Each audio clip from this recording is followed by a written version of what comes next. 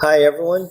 We are in Montana today, Glacier National Park at the summit, and we're going to have the opportunity to paint a 20-minute quick study. I was up here painting with some of the group from Plein Air Painters of America, and the road is closing, so they are making everyone come down the hill. I've got out my paints real fast, and at the chance that I might be locked inside Glacier National Park, I am going to do a 20-minute painting to just get some quick color notes. If I can get my paints out and just take a few color notes, I will be far better in my studio. Even if they're not quite on, the relationships will help me capture what it felt like in that moment. As you can see, I mean, it's cold out. It's a snowstorm has hit in the morning, and it's about another snowstorm's about to hit. So good to have oil paint. It doesn't freeze in these temperatures. And just trying to put down that first the big relationship between the mountains and the sky. And then I'll be moving down, but just building piece by piece, building those, state to state until I can get those relationships. And you can see, I am working quickly because in this particular case, I only have a few minutes, sometimes at a sunset or in these situations. You're short on time, so you have to work fast. Why do we go outside? Why don't we stay in the comfort of our studio and just paint here where there's no weather, there's no reason to hurry, there's no gates closing, there's no bears, grizzly bears to worry about?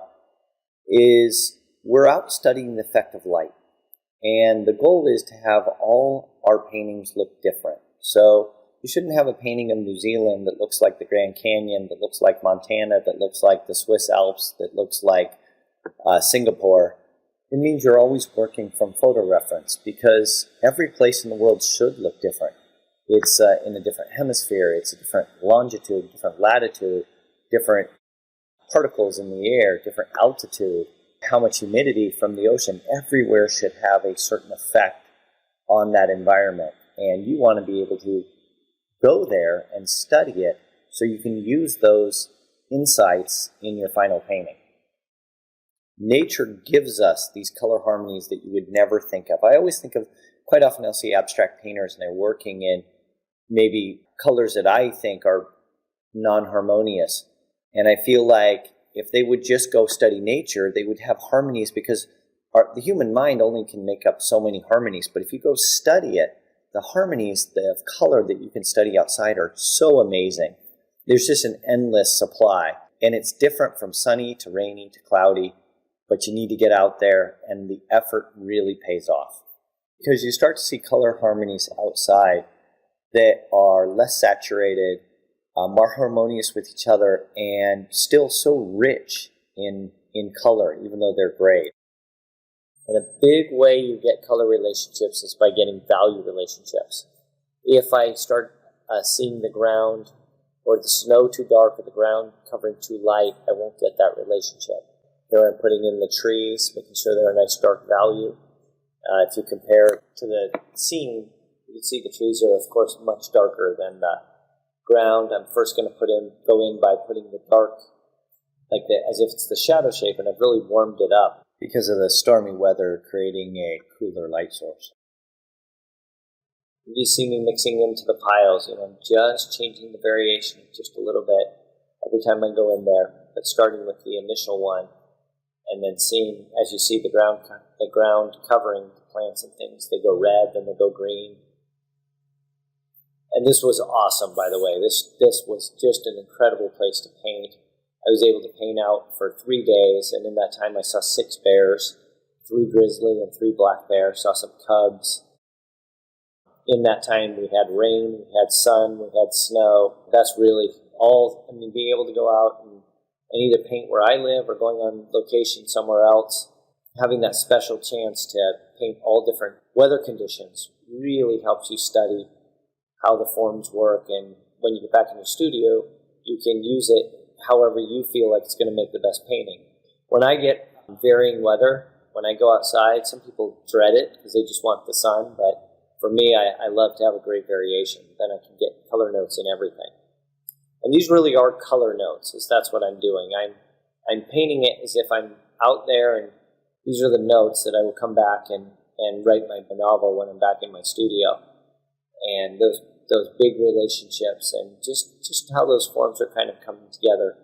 Even the top on the snow, the fact that it comes down at an angle and it's not flat. When we are there, we really need to take in that information and notice those details. Might just seem like little quick touches, but they're just kind of breaking areas of those trees. And about this point in the painting, I'm certainly concerned that I'm going to be locked in, that it's going to be a snowstorm, and I'm going to be in my car.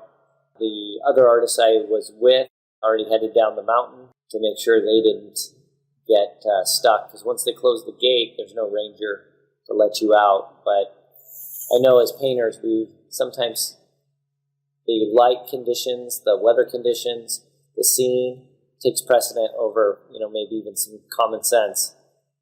When you're doing a 20-minute painting, you're doing your best to get the design, but you're not being so locked in to not having your number one concern, and that's color relationships. But I do find if my shapes aren't close, my relationships get out of whack as well. Carving out that side of the mountain, making sure it comes forward compared to one behind. And you can see I've at this point, I've had the light of that distant mountain connect into the clouds, something I like doing. If I find places that you can travel through an object that you normally would travel through, a mountain to a sky, foreground to a tree to a mountain, it's just a great way to travel through a painting. You see, the only way you know it's right is when you put it on the canvas. So you might see I put a stroke and then kind of go in the same area with the stroke. That's because I'm checking to see if the value of the temperature is correct. But those decisions need to be made, and the decision's first on your palette, that's your first place, and then you're putting it on your painting. But until it goes on your painting, you do not know if it's right or wrong. I'm carving out that second mountain in the distance. That's one thing you really see when you're there as opposed to a photo, is as the mountain goes down, it's going from snow to the runoff from like avalanches from the rock down the sides of the mountain into trees, and those can be tricky relationships to try to get. But one thing also watching this demo that you might feel, as you're trying to improve at your craft or trying to get outside, and you always think, I just don't have time.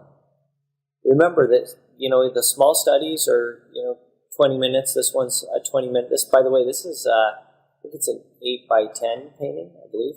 Most of us should be able to find 20 minutes in our day somewhere that we can do this. Now, of course, if it's oil painting, there's setup and takedown, which, the setup might take you 5 minutes and the takedown might take you 10. So 35 minutes and you have a painting, and you start doing that once a day, how quickly that will add up. And as we're getting closer to the end, one thing to notice is the comparison with the ground color and the snow. Even if you have to go back and watch the video, notice how white the snow on the ground and the snow in the mountain look. And go back and notice when I laid it in how dark of a value it was. But because they were created in the right value relationship with the right temperature, it's giving the illusion that it's white. So right there, I'm making sure as the mountain went down, it went really cool and blue. So I'm just making sure I get to that. So this is coming to an end here, as I have to make sure I get down the mountain and make sure I had just the color notes I needed. Just brought it to the point where I thought, okay, this is enough information to work in my studio. And that's a wrap.